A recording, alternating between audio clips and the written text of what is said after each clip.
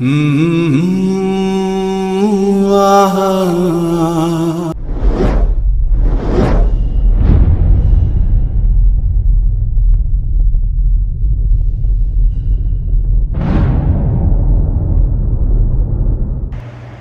ساتھیوں اور ناظرین اکرام، نئی کہانی کے ساتھ کرتا ہوں میں آپ سب کا اسلامی طریقے سے استقبال۔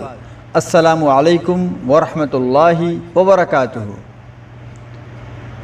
ہوتے ہو جب تم ساتھ میرے، ہوتے ہو جب تم ساتھ میرے، تب جا کے زندگی مجھے زندگی لگتی ہے۔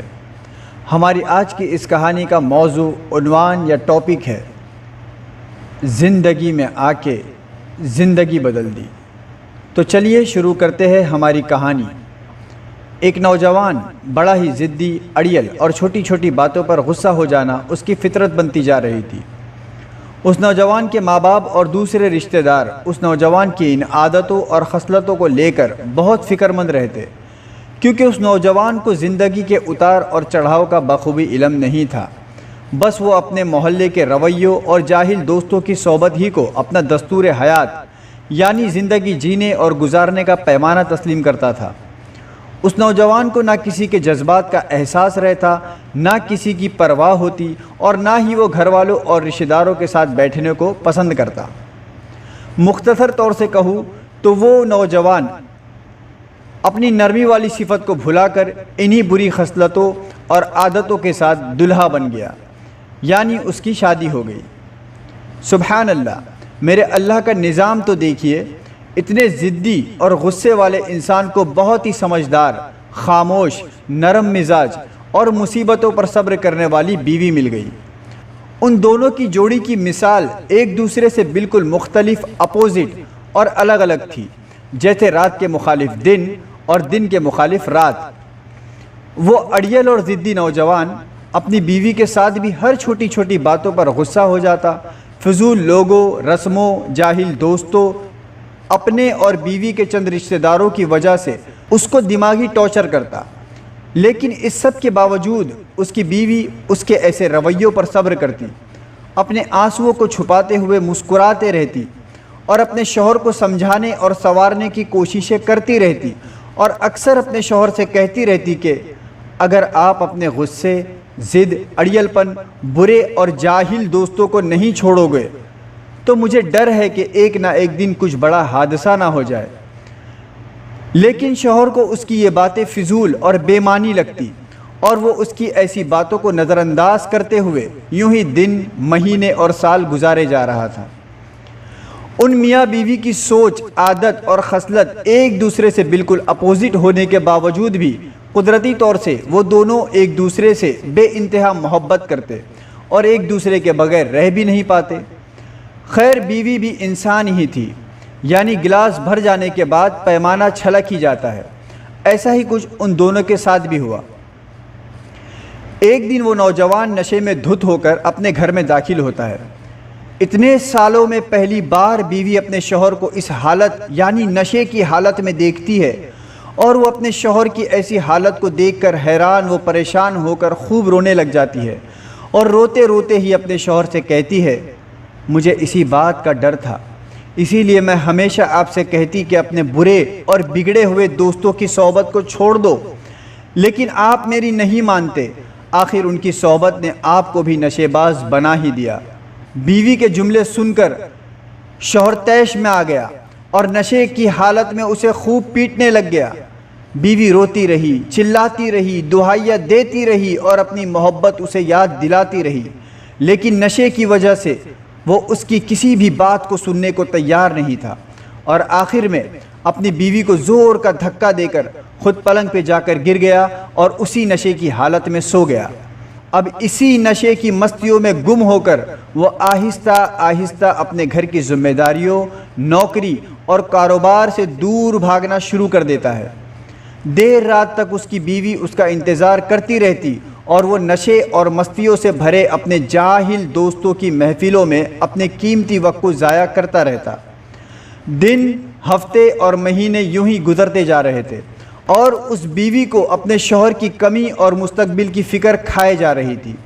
اتنے غمگین حالات میں بھی وہ بیوی اپنی نمازوں، تلاوت قرآن اور اللہ سے دعائیں مانگنے میں مشغول رہتی، اپنے رب سے رو رو کر دعائیں مانگتی رہتی کہ اے میرے رب، تیرے لیے تو کوئی کام مشکل نہیں ہے، تو تو ساری کائنات کا پالنے والا ہے۔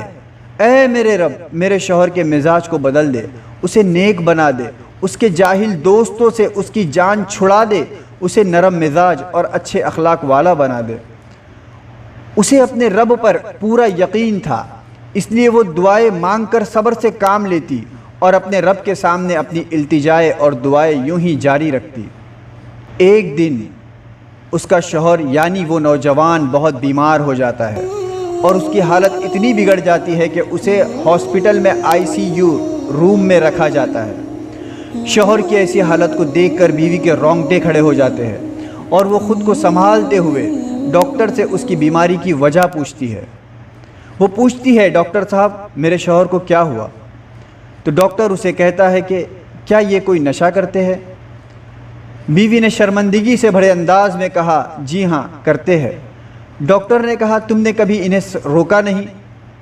بیوی نے کہا، وہ سب رہنے دیجئے ڈاکٹر صاحب، آپ یہ بتائیے کہ میرے شوہر کو کیا ہوا ہے؟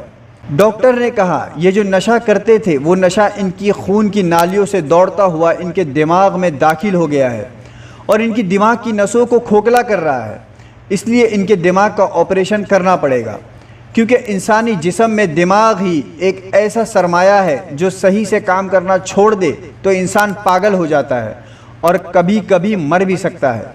نشے کی وجہ سے آپ کے شوہر کے دماغ کی نسیں اب تک صرف کھوکھلی ہوئی ہے، اگر ان کو یوں ہی چھوڑ دیا جائے تو پھر ان کا زندہ رہنا ناممکن ہو جائے گا، اس لیے ہمیں فوراً ان کا آپریشن کرنا ہوگا۔ خون کے گھونٹ پیتے ہوئے، اپنے آنسوؤں کو اپنی آنکھوں میں دباتے ہوئے بیوی نے ڈاکٹر سے کہا، آپ ان کا آپریشن کر دیجئے۔ آپریشن شروع ہوتا ہے۔ بیوی آپریشن تھیٹر کے باہر بیٹھ کر ہمیشہ کی طرح اپنے شوہر کی سلامتی کے لیے اپنے رب سے خوب رو رو کر دعائیں اور التجائیں کرتی جاتی۔ یوں ہی 1 گھنٹہ، 2 گھنٹہ اور 3 گھنٹے گزر گئے۔ کچھ دیر بعد آپریشن تھیٹر کا دروازہ کھلتا ہے اور بیوی تعجب بھری نگاہوں سے ڈاکٹر کے باہر آنے کا انتظار کرتی ہے، اور جیسے ہی ڈاکٹر آپریشن روم سے باہر آتا ہے، اس نوجوان کی بیوی ڈاکٹر سے پوچھنا شروع کر دیتی ہے کہ ڈاکٹر صاحب میرے شوہر کیسے ہے؟ ان کا آپریشن کیسا رہا؟ ڈاکٹر کہتا ہے، ابھی کچھ نہیں کہا جا سکتا کیونکہ ابھی وہ بے ہوش ہے، وہ جیسے ہی ہوش میں آئے گے ہم آپ کو اطلاع کر دیں گے۔ ڈاکٹر کا جواب سن کر اس نوجوان کی بیوی آپریشن روم میں جھانکنے کی کوشش کرتی ہے تاکہ وہ ایک نظر اور ایک بار اپنے شوہر کو دیکھ سکے کہ وہ کیسا ہے، لیکن اس کی ساری کوششیں ناکام رہتی ہے۔ تھک ہار کر وہ آپریشن روم کے باہر بچھی بینچ پر بیٹھ جاتی ہے اور پھر سے اپنے رب سے دعائیں اور التجائیں کرنا شروع کر دیتی ہے۔ یوں ہی دعا کرتے ہوئے اسے آنکھ لگ جاتی ہے، یعنی وہیں بیٹھے بیٹھے دیوار کو ٹیک لگائے ہوئے وہ سو جاتی ہے۔ کچھ دیر بعد ایک نرس اس کے پاس آتی ہے، اسے نیند سے جگاتی ہے اور وہ نرس اس سے کہتی ہے کہ آپ کے شوہر ہوش میں آ چکے ہیں اور ڈاکٹر صاحب ان سے کچھ ضروری باتیں کر رہے ہیں۔ جیسے ہی ڈاکٹر صاحب آپریشن روم سے باہر نکلیں گے اور جب ہم آپ کے شوہر کو وارڈ میں شفٹ کر دیں گے تو پھر آپ بھی ان سے مل سکتی ہو۔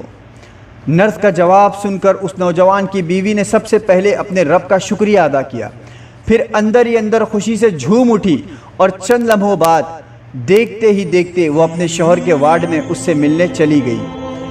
بیوی کو آتا دیکھ کر شوہر اپنے بیڈ سے اٹھنے کی کوشش کرنے لگا تاکہ وہ اس کا ہاتھ پکڑ کر اسے اپنے پاس بٹھا سکے، لیکن فی الحال اس میں اتنی طاقت نہیں تھی۔ شوہر کی بے صبری کو دیکھ کر بیوی جلدی جلدی تیز قدمی کے ساتھ اس کے بیڈ تک پہنچ ہی گئی اور اپنے شوہر کے پھیلائے ہوئے ہاتھ کو پکڑ کر خوب رونے لگ گئی، لیکن اس بار وہ اکیلی نہیں رو رہی تھی بلکہ اس کا شوہر بھی زار و قطار اس کے ساتھ روتا جا رہا تھا۔ خیر قصہ مختصر، اپنے آپ کو سنبھالتے ہوئے بیوی نے شوہر سے پوچھا، اب آپ ٹھیک ہو نا؟ شوہر نے کہا، ہاں الحمدللہ اب میں بالکل ٹھیک ہوں۔ پھر لڑکھڑاتے ہوئے انداز میں اپنی بیوی سے کہنے لگا، تمہیں پتہ ہے آپریشن کے بعد جب میں ہوش میں آیا اور بات کرنے کے لائق ہوا تو جو ڈاکٹر نے میرا آپریشن کیے تھے وہ میرے سامنے ہی کھڑے تھے اور میں ان کا شکریہ ادا کرنے لگا، لیکن ڈاکٹر صاحب نے مجھ سے کہا کہ شکریہ میرا نہیں ادا کیجیے، بلکہ اوپر والے کا اور اپنی بیوی کا ادا کیجیے، کیونکہ آپ کی بیوی ساری رات آپ کے لیے جاگتی رہی، آپ کی صحت اور سلامتی کی دعائیں مانگتی رہی اور آپ کے ایک دیدار کے لیے ترستی رہی۔ پھر انہوں نے مجھے میری بیماری کی وجہ بتائی اور نشے سے دور رہنے کی ہدایت دی۔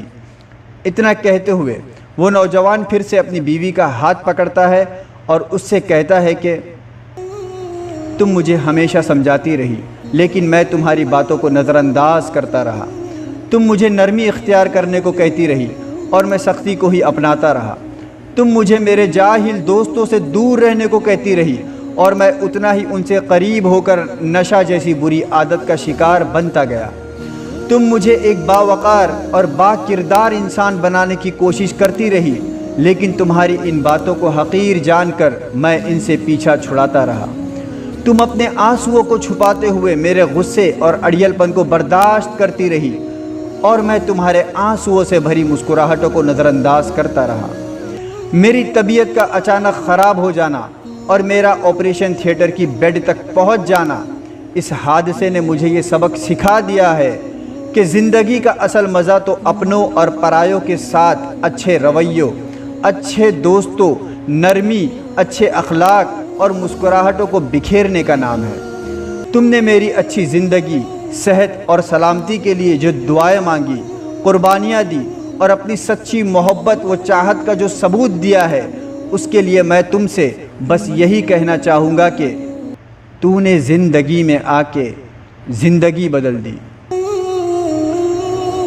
دوستو، اس کہانی سے ہمیں یہ پیغام یا میسج ملتا ہے کہ خوشی اور غمی کا نام ہی زندگی ہے، اس لیے جب ہمیں کوئی خوشی ملے تو ہمیں اپنے رب کا شکر ادا کرنا چاہیے تاکہ ان خوشیوں میں مزید اضافہ ہو سکے، اور اگر ہمیں کوئی دکھ، مصیبت یا تکلیف پہنچے تو ہمیں اس پر صبر کرتے ہوئے، بے صبر نہ بنتے ہوئے ان دکھوں، پریشانیوں اور تکلیفوں سے راحت و سکون حاصل کرنے کے لیے اپنے رب کے دربار میں دعائیں اور التجائیں کرتے رہنا چاہیے۔ اور دوسری بات، ہمیں اپنی صحبت اور دوستوں کا اچھے سے علم ہونا چاہیے۔ اگر ہمارے دوست جاہل اور بری عادتوں کے مالک ہے تو ہمیں صحیح علم حاصل کر کے ان کی اصلاح کرنی چاہیے، اور اگر ہم میں اتنی طاقت، سمجھ اور صلاحیت نہیں ہے تو پھر ان سے دوری اختیار کر لینے میں ہی ہمیں اپنی خیر اور عافیت سمجھنی چاہیے۔ اگر آپ کو یہ میسج یا پیغام اچھا لگا ہو تو پلیز لائک، شیئر اور کمنٹ ضرور کیجیے گا۔ کیا پتہ آپ کا ایک شیئر کسی غیر ذمہ دار انسان کو ذمہ دار بنا دے